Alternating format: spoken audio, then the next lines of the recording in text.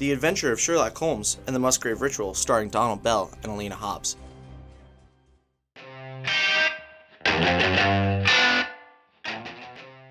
When you're trying to get gains, remember, protein tablets are made expressly for the gains. They are not a cure-all, but they are made for one thing, and that one thing only, and that is the gains. Isn't it better to take a supplement that only has one use instead of half a dozen? Ensure yourself of the advantages of specialized medicine. When you want the gains, take protein tablets.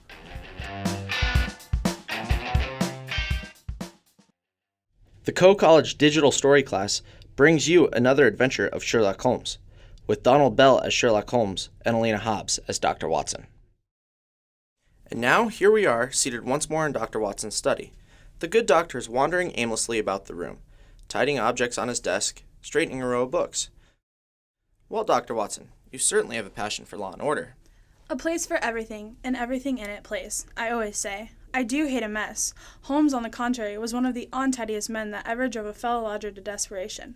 When I find a man who keeps his cigars in the coal scuttle, his tobacco in the end of a Persian slipper, and his unanswered correspondence transfixed by a jackknife in the very center of a wooden mantelpiece, then I begin to give myself a atrocious airs. And of course, that annoyed Sherlock Holmes. He never even noticed it. Well, now let me see. Last time I think I promised that this story would be the Musgrave Ritual. The Musgrave Ritual? What's that? Patience, Mr. Stanek, patience. Well, as I was saying, Holmes was very untidy. Our chambers were always full of chemicals and criminal relics, but his places were my greatest trials. He had a horror for destroying documents. Once, a year ago or so, I would browbeat him into docketing and cataloging them. One winter night, as we sat together by the fire, Holmes playing casual chords on his violin, I ventured to suggest that he might spend his time more profitably by making our sitting room a little more habitable. I say, Holmes, I'd wish you'd stop that caterwauling. Oh, stop that racket. Why don't you do something worthwhile, instead of lolling around like that? For instance? Well, you could straighten up this room. It looks more like a pigsty every day. Very well. Now where are you going? Look at the place. Papers on the table, papers on the floor, papers all on the chairs, papers. What are you doing, Holmes, pulling that large tin box in here? House cleaning. The key? Yes. What have you got in there? Case records from some of my earlier cases done, prematurely. Before I had such a competent biographer. I think if you know what I had in this box, you'd ask me to pull some out instead of putting others in. It's no use, Holmes. You can't get around me like that. You might just as well begin putting your stuff away. Here's the record of the Tarleton murders, the case of Varnerberry, the adventure of the Russian woman, and the singular affair of the aluminum crutch. Aluminum crutch? Yes, a most amazing story. It was one April day. The rain was coming down in torrents. I'm not interested. Hi-ho. Well, I suppose I'd best get back to work. Here now is something a little more exotic. Bah, it's nothing but a wooden box with a sliding lid. But look inside. A crumpled piece of paper with some doggerel written on it, an old-fashioned brass key, a peg of wood with a ball of string attached, and 3 rusted old discs of metal. Not very impressive. Well, what do you make of it? It's a strange collection. And there's a stranger story connected with it. I suspected that these relics had a history. They are history, my dear Watson. They are history. What was it about? These are all I have left to remind me of the Musgrave Ritual. Fascinating case. Fascinating. Hi-ho. Well, I guess I'd better get back on with my work. What was the Musgrave Ritual? You want me to interrupt my labors with a silly story? Dear, dear, and leave all of this litter as it is reprehensible? My dear Watson, thoroughly reprehensible. Oh, get on with the story.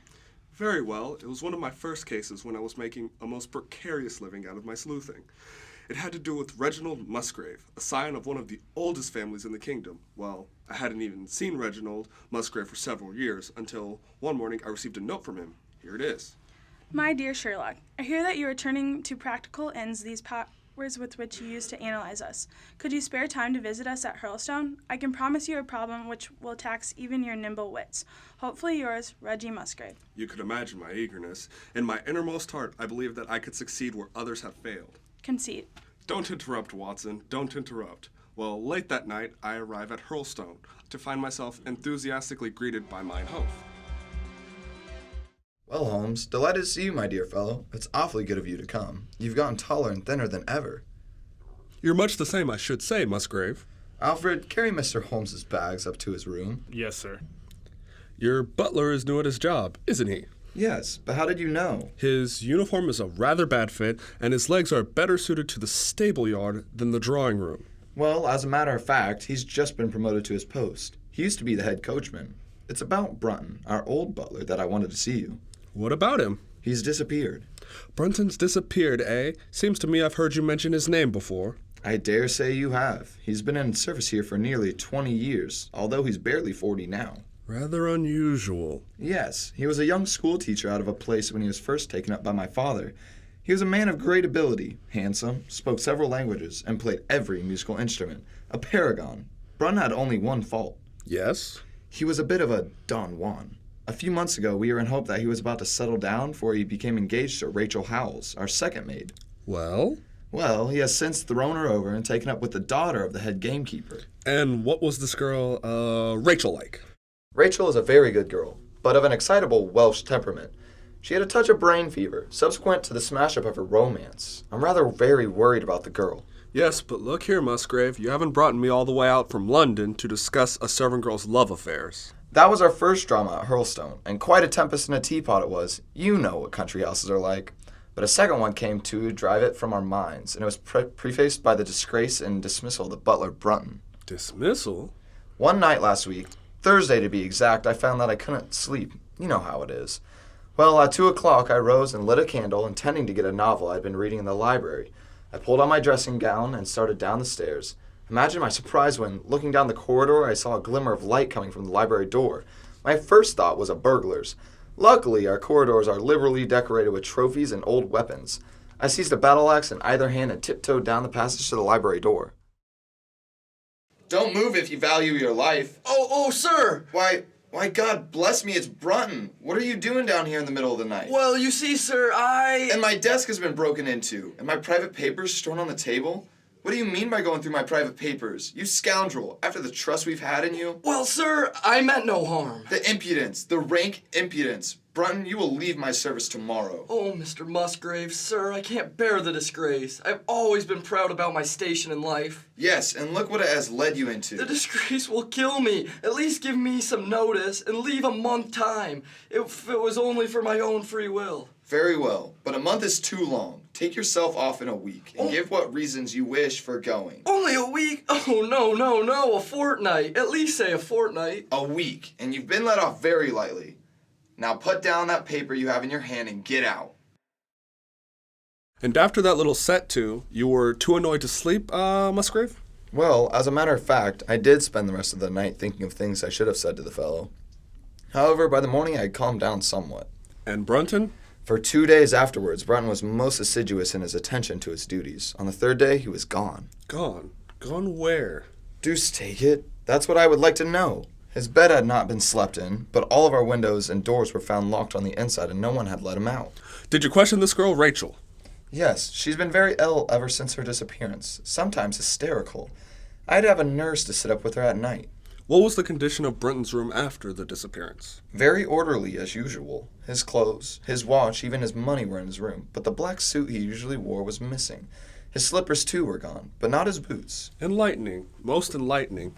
And what was the paper he had in his hand when you surprised him in the library? It was the Musgrave Ritual. The Musgrave Ritual? What is that? Oh, rather an absurd business. It only has its antiquity to excuse it. It's a strange sort of catechism which each Musgrave must answer when he becomes of age. Can I see it? Certainly. It's in the library. Come this way. This old hall is rather impressive with all its armor and weapons. Wait, I fancy I hear someone on the stairs. Someone on the tiptoe. I'll run up and have a look. Be careful, my dear fellow. No, there's no one here. Strange. I would have sworn I heard footsteps. Must have been the old stairs creaking. This is the library, and this is the desk where I keep my private papers. How private? I mean, is there anything that would benefit anyone else? Good heavens, no. Nothing that might lead to blackmail? No, sorry to disappoint you, Holmes, but I've led a very tame and uninteresting life. I see one of the drawers was broken into. Very amateurish. I'm afraid Brunton has little experience. Yes, that lock is completely damaged. I've moved everything to this side of the desk. Just a minute till I find my key. Ah, yes. And here's the Musgrave Ritual. Curious old writing. It dates back to Charles I, I should say. You can tell by the spelling. Probably Charles II. My ancestor Ralph Musgrave was a prominent cavalier and right-hand man in Charles's wanderings. They were chums of that sort in those days. It was just a series of questions and answers, probably the bywords of a secret society.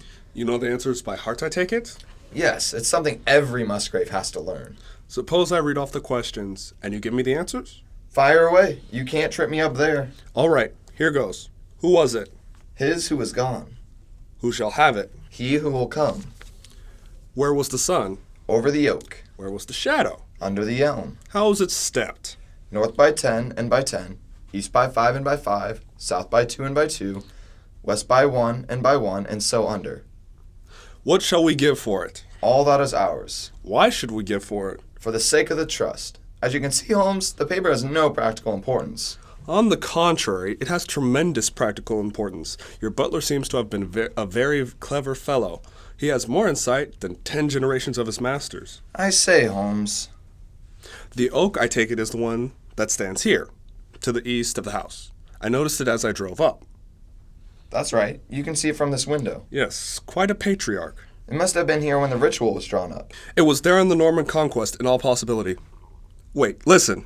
There is someone in the halls, eavesdropping. I'm sure of it this time. I'll soon find... Hello! Why, it's Rachel! My dear girl, whatever are you doing up and about like this? Where's your nurse? She's sleeping. I fooled her. You must go right back to bed. Yes, I must go right back. He's gone. Yes, of course. Brunton's gone. He's gone, I say. Yes, I know that. Now don't worry, we'll find him for you. Just go back. You'll never find him. Never. I know where he's gone. Yes? He's gone where he belongs. Where is that? To hell. He's gone to hell.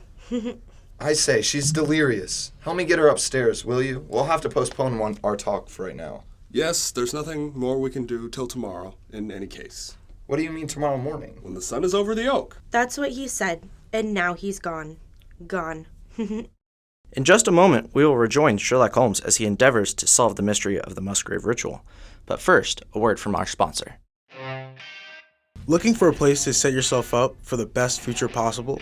Keep coming across big, impersonal institutions that only see you as a number? Well, look no further. A personal and tight community, liberal and modern, these are just a few phrases that describe Coe College. This fully accredited university is a small liberal arts school within a large city. Why not any other university, you might ask? Well, Coe College offers a wonderful education, with professors at the top of their respective fields at an affordable price. What could be better? Coe College sits less than a mile from downtown Cedar Rapids, Iowa, a bustling Midwestern metropolitan city. With a myriad of extracurricular activities and events, something is always going on or around the campus. Now back to Sherlock Holmes and the Musgrave Ritual. Good morning, Holmes. I hope you haven't been too bored prowling around the grounds by yourself. Sorry to have kept you waiting for breakfast. Fact is, I'm a bit upset. There's been another disappearance. Rachel eluded her nurse again last night, and so far she hasn't been found. So I understand. Your now butler told me. I've traced her footprints to the edge of this lake. But the lake is over 8 feet deep at this point. Oh, the poor demented girl. I took the liberty of ordering the drags and the grappling hooks at once. Yes, I see the men working. Have you found... Nothing.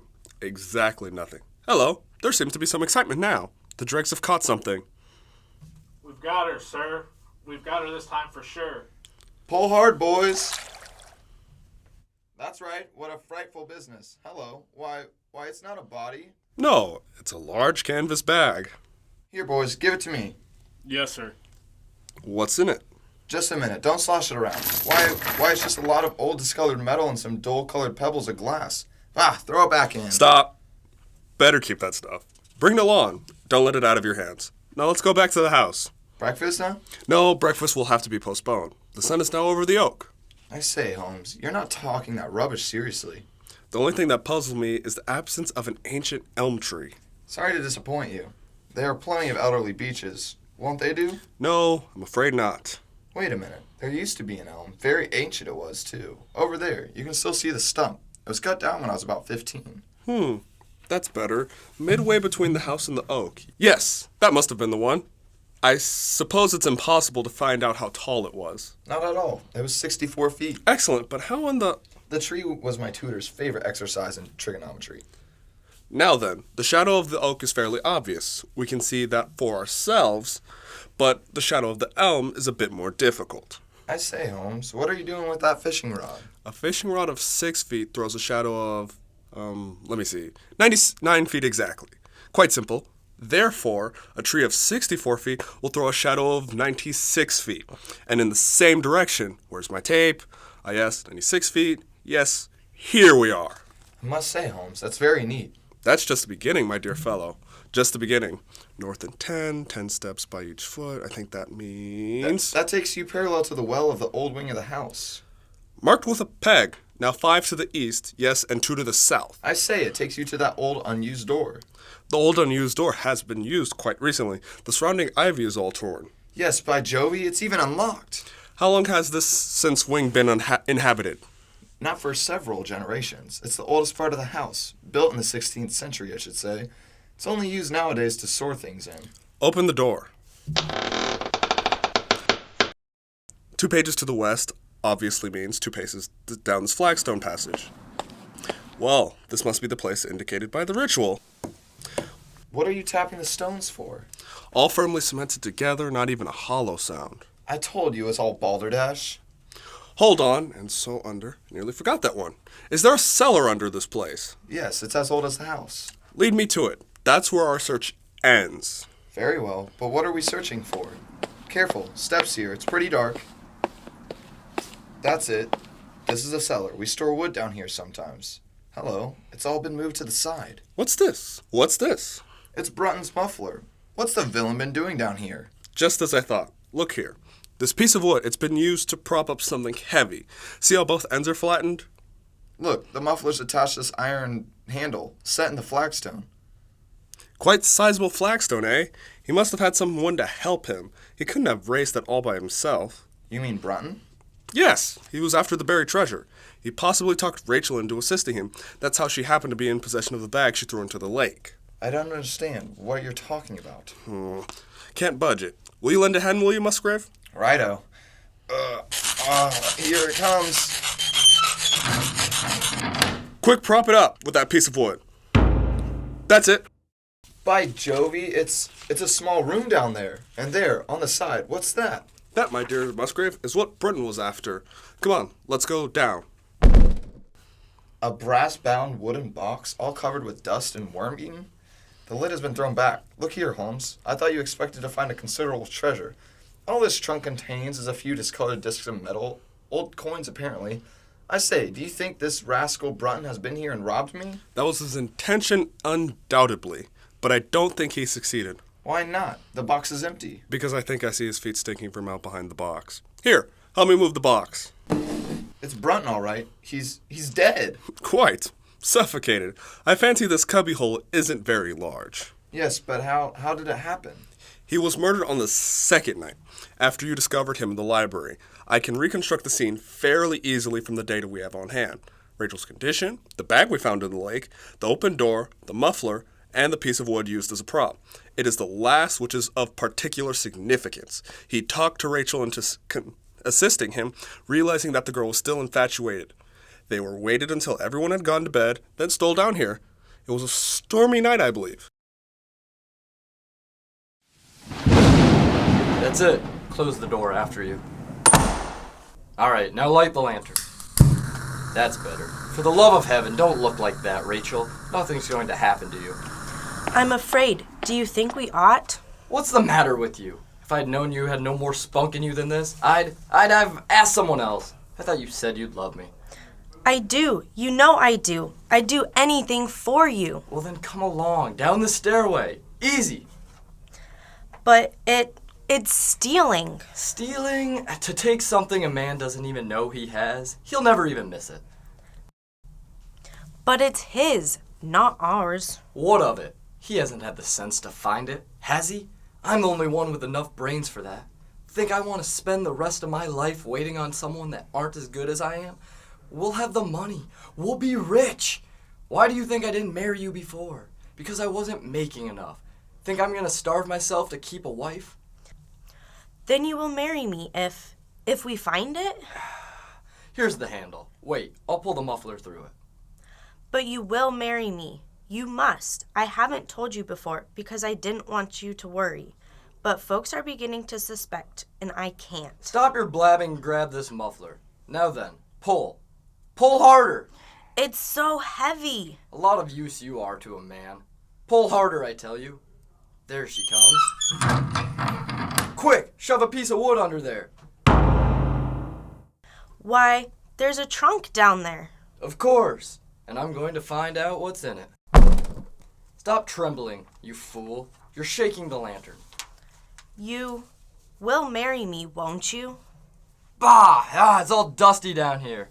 Whew! There's a key in the lock. Up goes the lid. Aha! Well, that's something like it. You will marry me. Here, put the stuff in the canvas bag I brought along. Careful, you ninny. Don't drop it.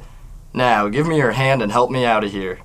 You haven't answered me. Haven't answered what? You are going to marry me, aren't you? Marry you?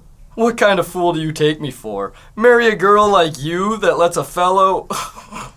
Don't laugh. Don't laugh. How do I know I'm your only lover you've ever had? A wench like you?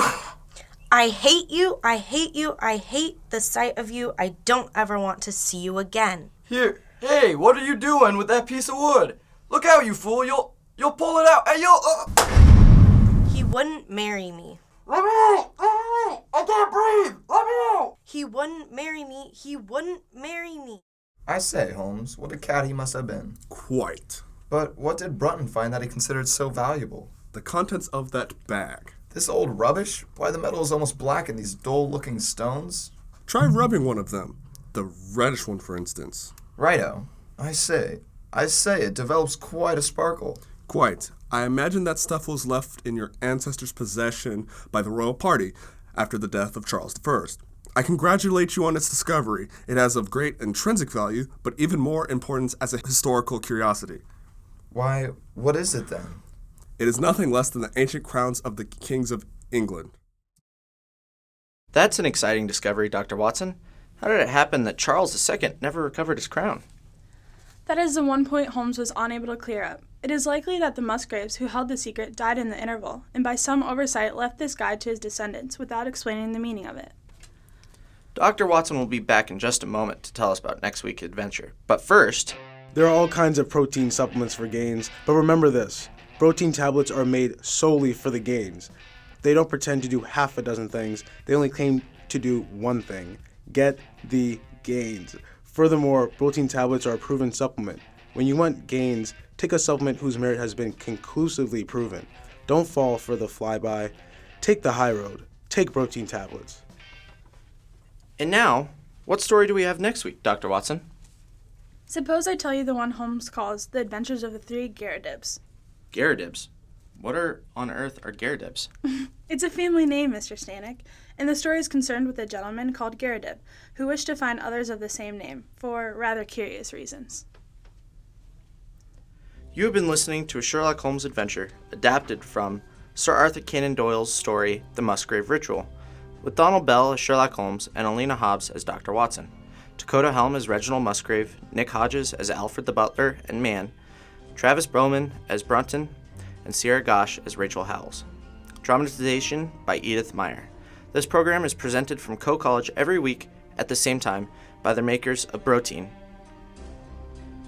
This is DJ Stanek speaking.